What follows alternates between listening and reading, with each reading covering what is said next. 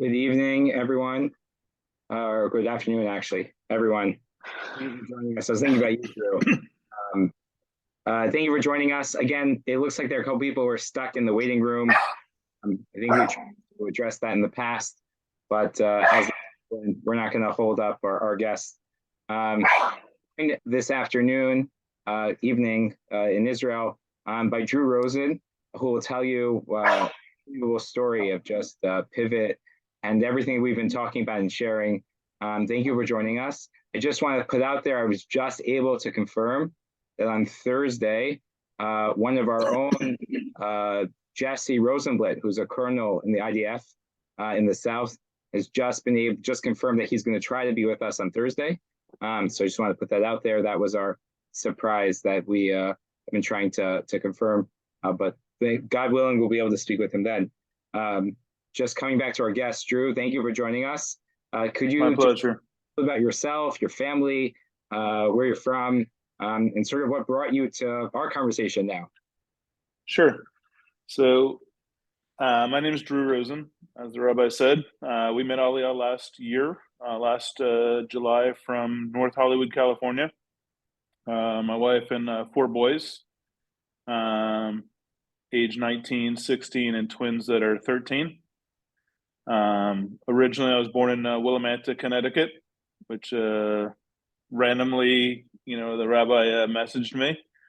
So we have a kosher catering company in Los Angeles, which is currently still operational, and we moved to Israel, and we're planning on opening a restaurant. The plan, if everyone can hear me, all right? Okay, great. Hold on, I lost you there for a second. The plan was to open October 10th. Obviously, not the best time to open a restaurant, so we postponed, and now we've been cooking meals for soldiers with volunteers, usually between 6 to 10 volunteers a day. And since the Shabbat after all the issues started, we've made over 6,000 meals for soldiers to go all around the country. Usually around between 400 and 500 a day, sometimes a little bit more. The way it started, that Friday, we got a phone call. Somebody knew that I was opening a restaurant, and they said, we just heard there's a base with 500 people that has no food for Shabbat. So they said, well, look, if you can get us chicken, we didn't have the suppliers, ready to go at that point. I said, if you can get us chicken and vegetables, we'll do what we can. And we got 10 people. 10 people came, and we started cooking, and within 4.5 hours, we had food for 500 people. Pretty crazy. And everyone asks, from the States, how is it possible that this happens? How is it possible that the soldiers don't have food? So, I don't know if you have heard, the stories and, what the situation is, but really the reason that it happens is because Israel has bases for, 2,000, 3,000, 4,000 people. They have food at those bases, and they cook, and everything like that. So they split up all these bases, and they separated them, and now there's outposts with 100 people, 200 people, 300 people every couple kilometers. Those bases, those outposts have no place to cook food. So they have war rations, tuna, canned corn, things like that. Basically food to sustain them, but no hot food. So we've been providing hot food, and we have all the volunteer drivers, and they send it all down to wherever it is. We've gone all the way up to the north, all the way down to Gaza, with the food we've sent. Yesterday we actually sent right to the Jordan border. Nobody would take the food, so the soldiers actually sent out a Jeep and picked it up themselves and brought it back. Just because they haven't had hot food in in weeks. And that's kind of what we've been doing. It's unbelievable. If I want to take a step back. You said you recently made Aliyah? July 21st, 2022. So tell me a little bit about what that's been like for your family pre-October 7th and now post-October Sure. 7th? So the biggest struggle was the schools. The schools are here are not American standard by any means. Very, very different. In California, we thank God we had great schools. My two kids in high school and two in middle school. The two older ones were pushing hard to move to Israel. The two younger ones were not. And then once we got here, the two younger ones had a very difficult time. The decorum is very different. The first week in my middle son, who was in 10th grade, somebody threw a desk out of the window on the third floor. I mean, it's really like stories you'd be shocked, and the kid didn't get in trouble. I mean, it's just shocking to hear, and that's really been by far the biggest issue for us. We live in Renana. So Renana, if you're familiar, it's a very Anglo community. I don't really speak Hebrew well, so it's been living in Renana, it's not so bad. But when I leave, that becomes more difficult. My wife is Israeli, but she left when she was 3, so she was very American. But they spoke Hebrew at home, so she speaks Hebrew. And my older son, he's fluent, and he started yeshiva. He's at Gush Etzion. He started right when we got here, and he's in the Israeli program, so that was an easier transition for him. He's home with us now. He wants to go back, but we keep him home with us regardless, just because we feel more comfortable with it. What's a moment? Yeah, sorry. So in terms of what we're, so we've got a couple of questions beforehand. Really, one of the biggest things that we have to adapt to is the bombs, the rockets that we have to deal with. We have usually 2 to 3 times a day. We have to go into the bomb shelter. In the restaurant we built is in Givat Shmuel. Which is, if you're not familiar, it's closer to Tel Aviv. It's right next to Bnei Brak. And that there have been many, many more rockets there than Renana. Renana would probably be in a total of 10 times or 12 times in the Mamad. But in Givat Shmuel, it's usually once or twice a day. Today was, kind of back to back, and we had about 40 people run through the restaurant today, just to come into our Mamad, because we have a very large area that's safe. Just for those at home, the mamad is the safe room, is the protected, the reinforced room. The bomb shelter. So one time that was pretty scary. I was driving, and it was later at night, and the siren went off. I had to run, and I tried to get in an apartment building. Couldn't get in. So we hid next to a dumpster, because that's the most surrounded area with concrete. Which basically what you're looking for is to have an area that you won't get hit with a shrapnel. I mean, it's an extremely rare chance you're going to get hit with a rocket, but the shrapnel is really what you're looking at. Look, trying to protect yourself.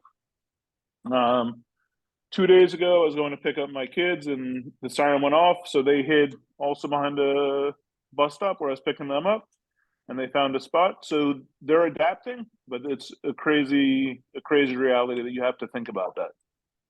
Yeah, and I think one of the things we don't hear as much about in the news is, beyond the war that's going on and the horrific events of October 7th, is that there are continual rocket attacks in Israel at civilians, day in, day out, as you're describing.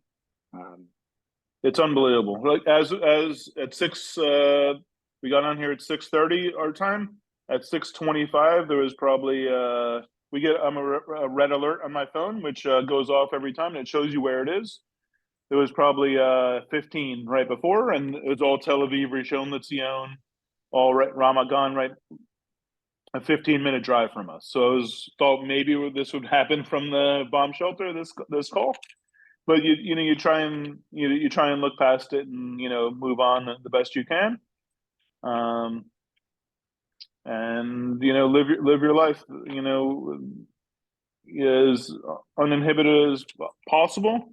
one thing, my favorite, Renana has a ton of shoals, and there's one 2 blocks away from me, which, I'll go to when I'm really tired. But my favorite is about a 25-minute walk. And I've only been once since the war started because I don't really want to be that far from the house.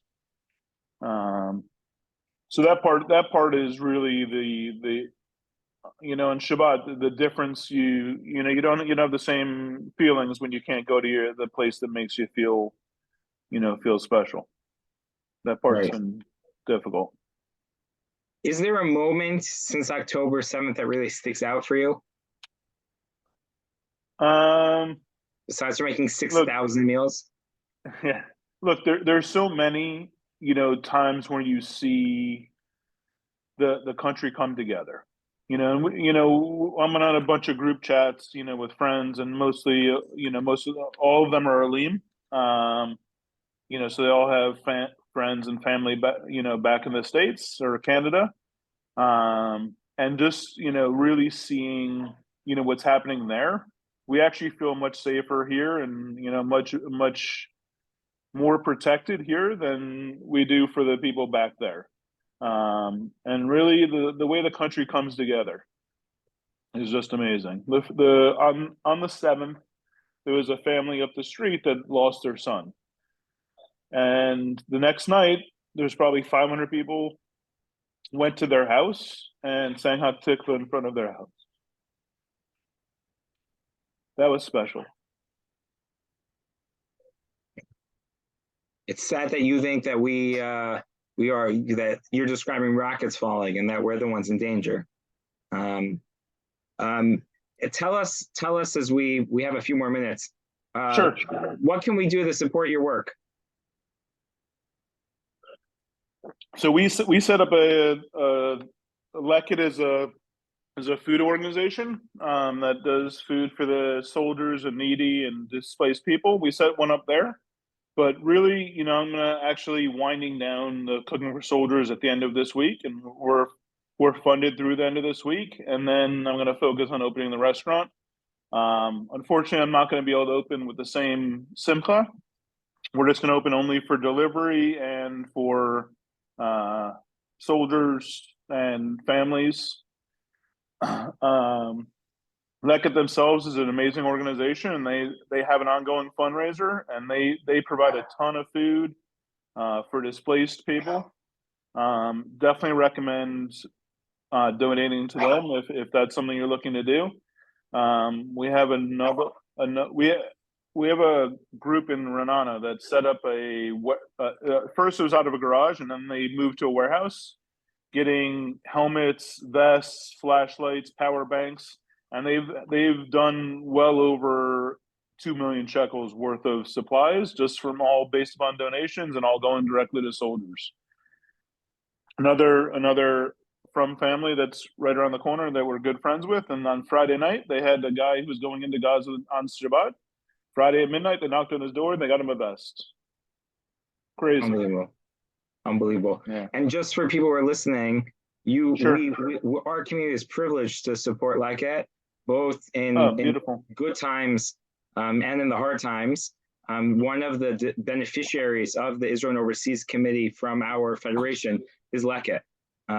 Beautiful. So we've already have a partnership with them, and I know that many of our community has raised now almost $6 million for Israel, which is unbelievable. And sure. I know funds from that are being given to Leket, which is it's wonderful. It's sad, it's heartbreaking, it's inspiring to see sort of the work. We hear about the funds that they're being raised. Now we're hearing that you're being supported by those organizations. It's full circle. We actually got potatoes from them with dirt on it from the ground that were picked the day before, and we washed them and cooked them to go out that day. Unbelievable. Amazing stuff. Unbelievable. Zucchinis, everything. Unbelievable. In the last few minutes we have left, what do you think we as American Jews need to know? What do you want to leave us with? Look, we're gonna win the war. It's not a question. It's just how much damage gets done, and what you guys can do there is more important than what, I think what you can help us with here. The support that needs to be continued from the States and from the diaspora is more important than things that we need now. I think we're over the hardest part of the mobilization. Obviously, I think now we're going to go into the part where we're actually going to have more damage, more losses, things like that. But continuing the support and fighting back against this ridiculous, pro-Palestinian, movement, it's horrible. And I think that's really the most important thing, is that as much as you can mobilize there and fight the narrative, I think that's really the key. In my opinion, look, I'm not an expert, but that's the way I see it. I have friends in the army and intelligence, and they're confident in our abilities to do what we need to do. Everyone knowing that there's going to be damages, and we might have to spend a week or two in the mod straight in the bomb shelter, but that's just life. Sucks, but it's life. Well, we appreciate your candor and your time, for sure, and everything My you pleasure. do for Am Yisrael, for Eretz Yisrael, and all of us. Part of why we do For this sure. is to let people like you know we stand with you. We're here to support you. Whatever we can do Thank on you. our front to support and trumpet the mission and the message of the Israeli people and the Israeli government, we're working on Thank doing. you. And Chazak v'amatz, be strong. We appreciate Thank the you time. so much. My pleasure. Thank you. Take care. Have a good night. Bye-bye. You too.